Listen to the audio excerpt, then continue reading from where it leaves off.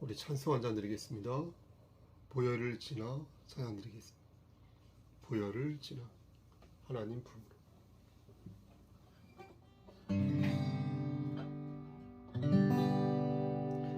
보혈을 지나 하나님 품으로, 보혈을 지나 아버지 품으로, 보혈을 지나 하나님 품으로 한 걸음씩 나가래.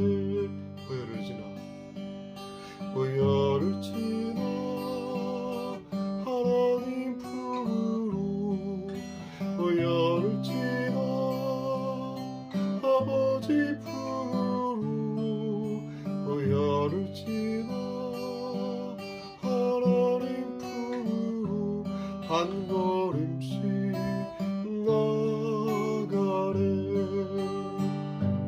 존귀한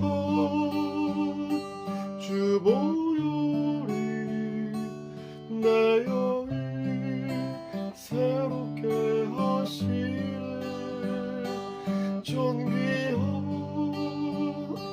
주 보혈이 내 영을 새롭게 하래. 존귀한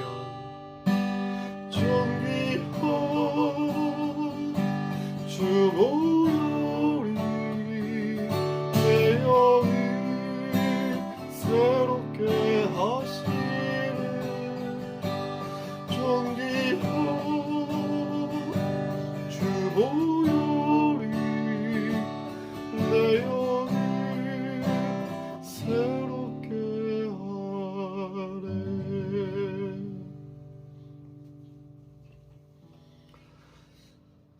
사도신경으로 우리의 신앙을 고백하겠습니다. 전능하사 천지를 만드신 하나님 아버지를 내가 믿사오며 그 외아들 우리 주 예수 그리스도를 믿사오니 이는 성령으로 잉태하사 동정녀 마리아에게 나시고 본디오 빌라도에게 고난을 받으사 십자가에 못 박혀 죽으시고 장사한 지 사흘 만에 죽은 자 가운데서 다시 살아나시며 하늘에 오르사 전능하신 하나님 우편에 앉아 계시다가 저리로서 산자와 죽은 자를 심판하러 오시니다. 성령을 믿사오며 거룩한 공예와 성도가 서로 교통하는 것과 죄를 사해 주시는 것과 몸이 다시 사는 것과 영원히 사는 것을 믿사옵나이다. 아멘. 사랑과 은혜가 풍성하신 하나님 아버지, 하나님의 크신 사랑을 진심으로 감사드립니다. 오늘도 새로운 하루를 허락하셔서 예배로 하루를 출발할 수 있도록 도와주시는 데 감사합니다. 오늘은 고재욱 권사님이 수술이 있는 날입니다.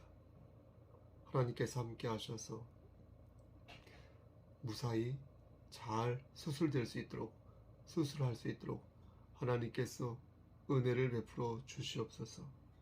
하나님, 심신이 연약한 우리 석산 사모님과 우리 오은순 집사님, 하나님께서 함께 하시사 건강이 회복될 수 있도록 하시고 건강한 세포를 허락하심으로 말미암아 다시금 힘차게 독수리의 날갯짓을 할 수 있도록 주여 은총을 내려 주시옵소서. 전순주 집사님과 그의 가정 위에도 함께 하시사 희망과 용기를 잃지 않고 하나님께서 주신 영원한 생명을 기억하여 영혼을 끝까지 지킬 수 있도록 붙잡아 주시옵소서. 심신이 연약한 우리의 지체들이 있습니까? 하나님 찾아가 주셔서 위로하여 주시고 치료하여 주시고 저들에게 마음의 평강을, 그리스도의 평강을 허락하여 주시옵소서.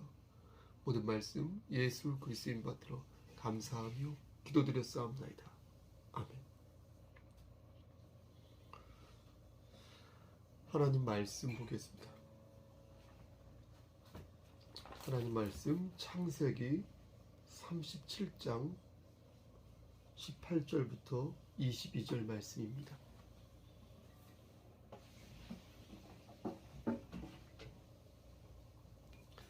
창세기 37장 18절부터 22절까지 말씀을 봉독하겠습니다. 18절입니다. 요셉이 그들에게 가까이 오기 전에 그들이 요셉을 멀리서 보고 죽이기를 꾀하여 서로 이르되 꿈꾸는 자가 오는도다. 자, 그를 죽여 한 구덩이에 던지고 우리가 말하기를 악한 짐승이 그를 잡아먹었다 하자. 그의 꿈이 어떻게 되는지를 우리가 볼 것이니라 하는지라.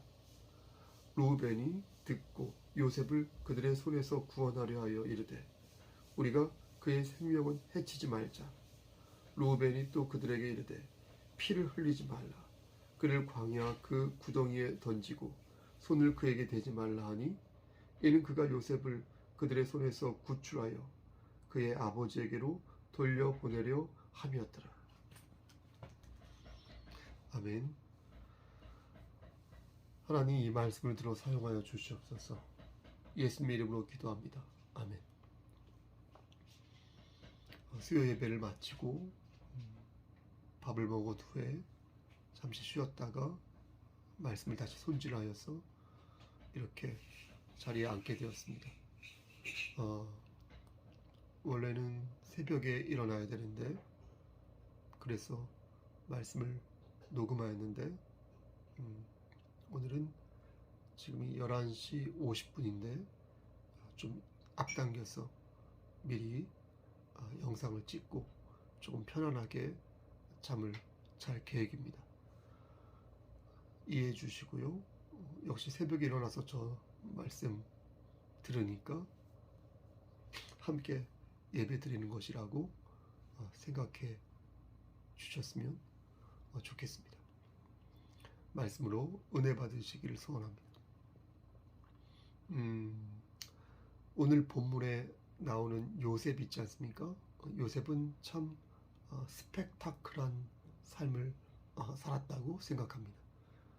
스펙타클이란 이 말은 여러분도 아시겠지만 연극이나 영화 같은 그런 것을 보면 어떤 웅장한 장면들, 화려한 장면들, 그런 장면들이 나올 때 스펙타클하다라고 말하지 않습니까?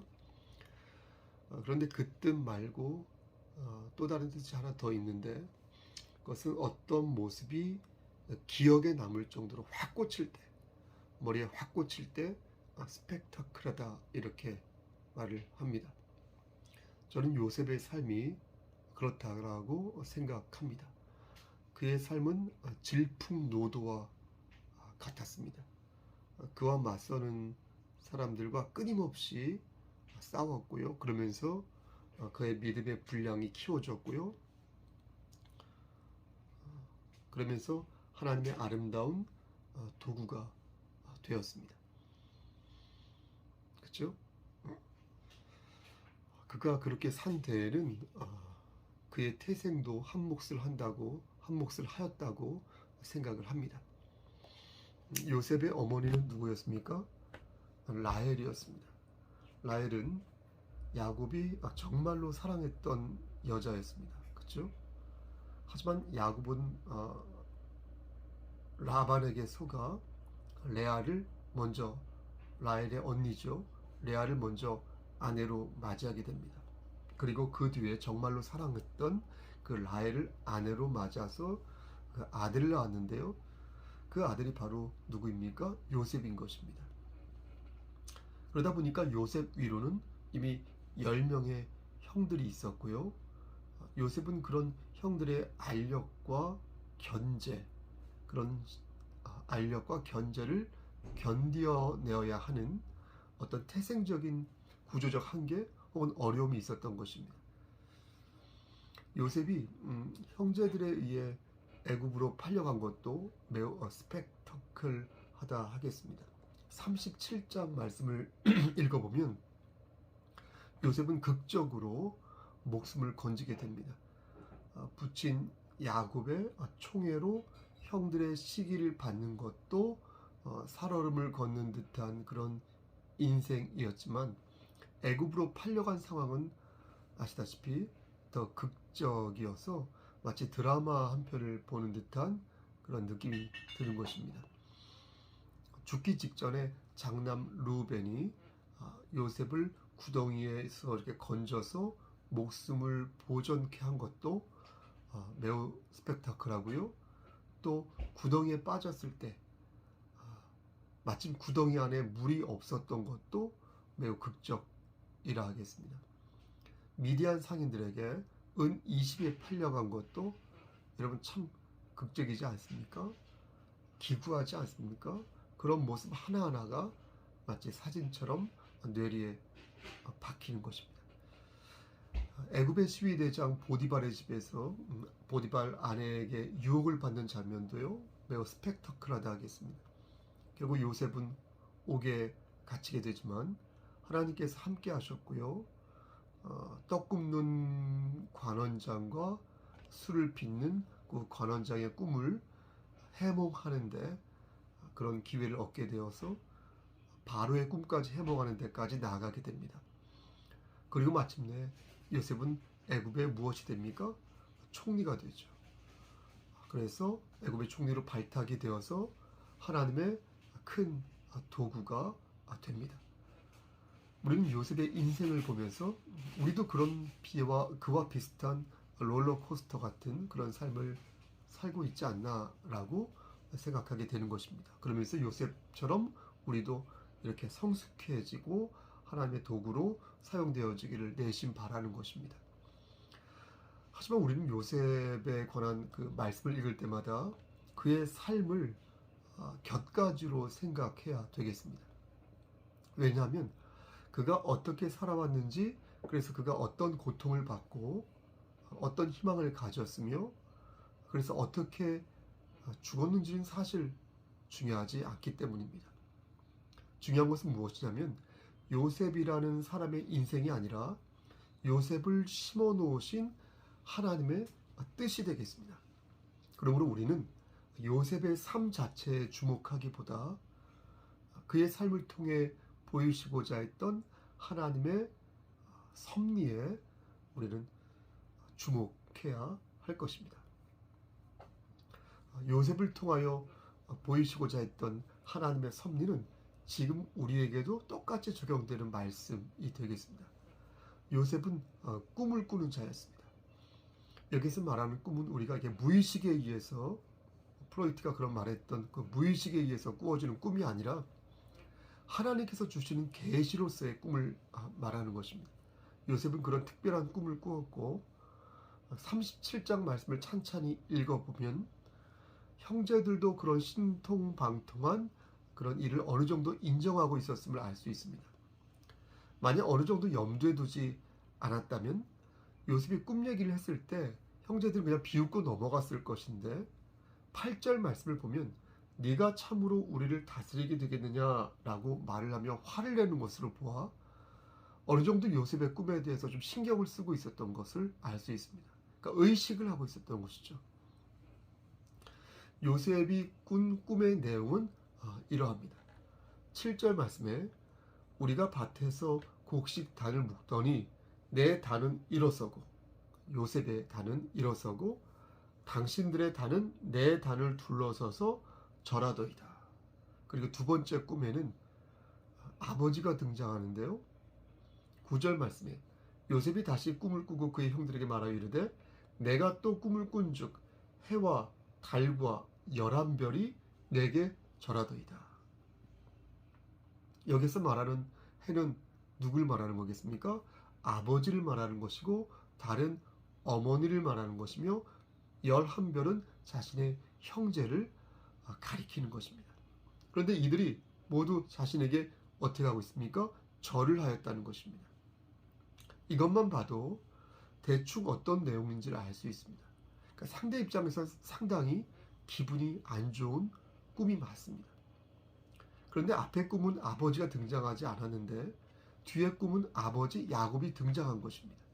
이 야곱은 요셉을 꾸짖는데 10절 말씀 하반절을 보니까 나와 너의 어머니와 네 형들이 참으로 가서 땅에 엎드려 너에게 절하겠느냐 이렇게 말했습니다. 야곱이 이렇게 말을 한 이유는 요셉의 꿈을 못 믿어서 그렇게 말한 것이 아니었습니다. 그러니까 11절 말씀을 보면 야곱은 요셉의 말을 어느 정도 신뢰하고 있었다는 것을 알 수 있습니다. 그럼에도 야곱이 호통을 친 이유는 사전에 형제들의 그 시기심을 누그러뜨리기 위한 전략이었던 것입니다. 그러니까 요셉의 친모도 죽은 상태고요. 또 형들에 비해 나이도 어린 이 요셉이 앞으로 이들과 형들과 지낼 것을 생각할 때 계속 이런 식으로 잘난 척하면 큰 코 다치겠다라는 그런 판단하에 형들 앞에서 보란 듯이 요셉을 혼쭐 낸 것입니다. 하지만 효과는 없었습니다. 여전히 형들은 요셉을 시기하였고요.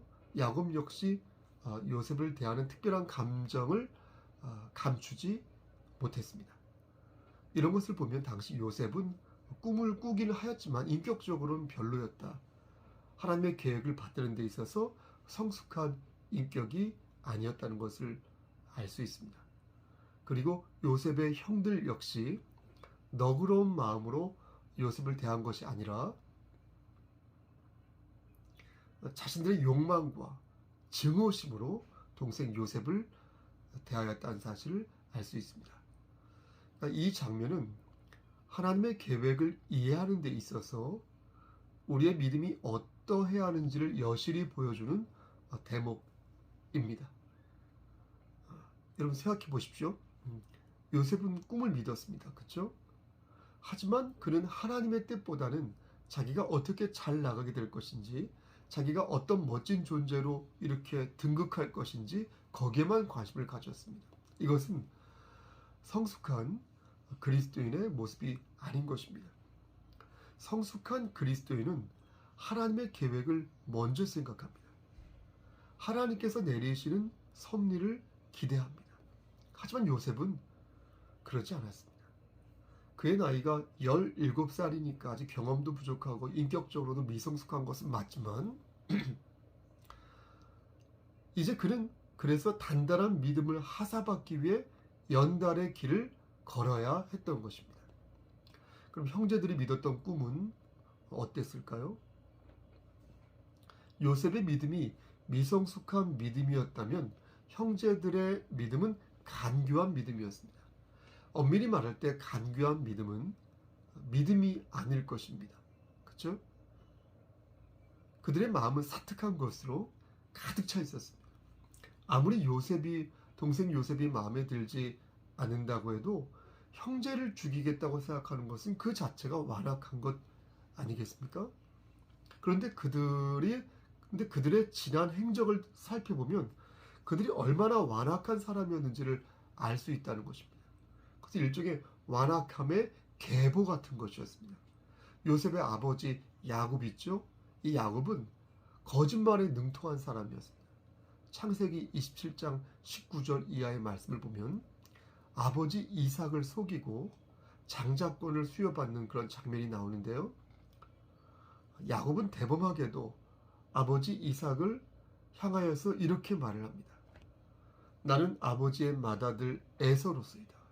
에서가 아닌데요. 거짓말하는 것이죠. 아버지께서 내게 명하신 대로 내가 하였사오니 원하건대 일어나 내가 사냥한 고기를 잡수시고 아버지 마음껏 내게 축복하소서.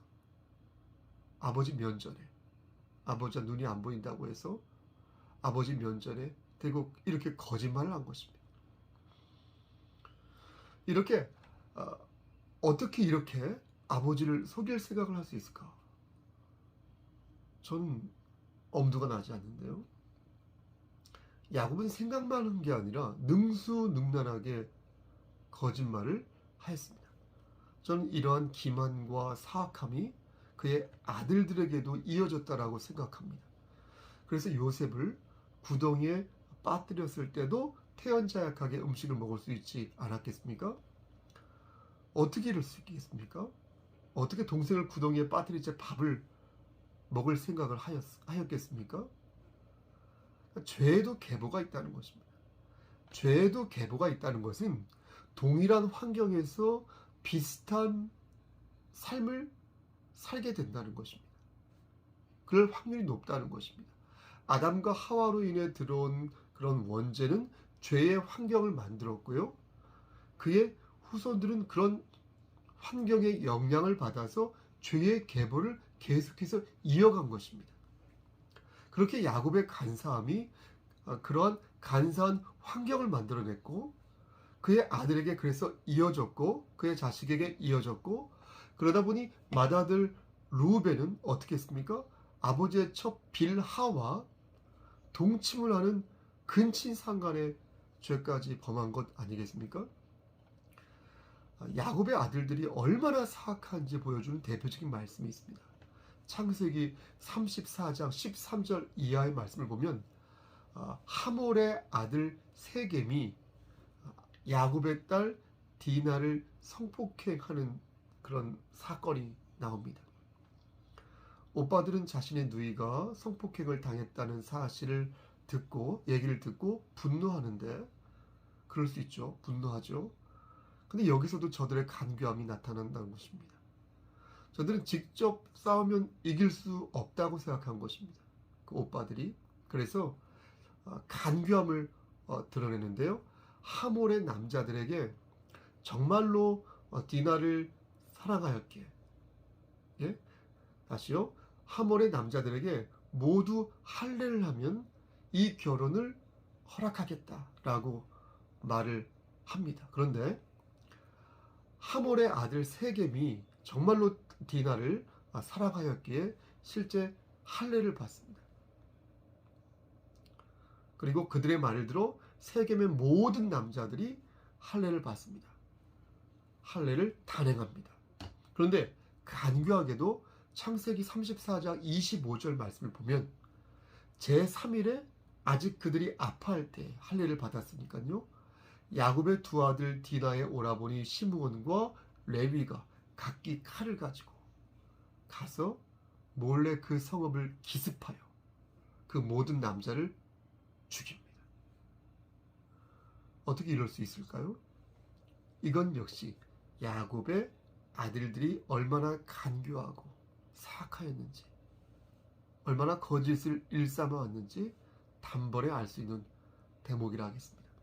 결론적으로 말하면 요셉이나 요셉의 형들이나 모두 문제가 많았다는 것입니다. 요셉은 인격적으로 성숙하지 못하였고요. 그게 문제였고요. 그의 형들은 사악하여서 하나님의 계획을 대하는 태도가 옳지 못했다는 것이 문제였습니다. 그렇다면 하나님의 계획은 이후로 중단되고 말았던 것일까요? 꿈을 안고 달려가야 할 요셉도 한참 부족하고 망나니짓만 하는 형제들도 너무나 사악해서 하나님의 계획은 이로써 중단되고 만 것일까요? 여기에 말씀의 핵심이 있습니다. 그렇지 않다는 것입니다. 하나님의 꿈은 멈추지 않았습니다. 요셉이 시원찮고 그의 형제들이 방해를 하여도 하나님의 선하신 뜻은 중단되지 않았습니다. 결국 요셉은 애굽의 총독이 되었고요. 그의 후손은 애굽을 빠져나와 가나안 땅에 여러 우여곡절 끝에 입성하게 되었으며 훗날 그곳에서 우리의 보배이신 예수 그리스도께서 탄생하셨습니다. 그리고 우리 주님의 보혈로 말미암아 죄사함을 받은 우리는 하나님의 자녀가 되는 그런 권세를 누리게 되었습니다. 아멘. 말씀 마칩니다. 사랑하는 송석교회 성도 여러분, 우리는 누구입니까? 저와 여러분은 어떤 사람들입니까? 우리는 하나님의 백성들입니다. 예수 그리스도를 구주로 영접한 그리스도인이요 천국 백성들입니다. 우리는 지금 어제 수요 예배 때 전했던 것처럼 신령한 집으로 세워지는 존재들입니다.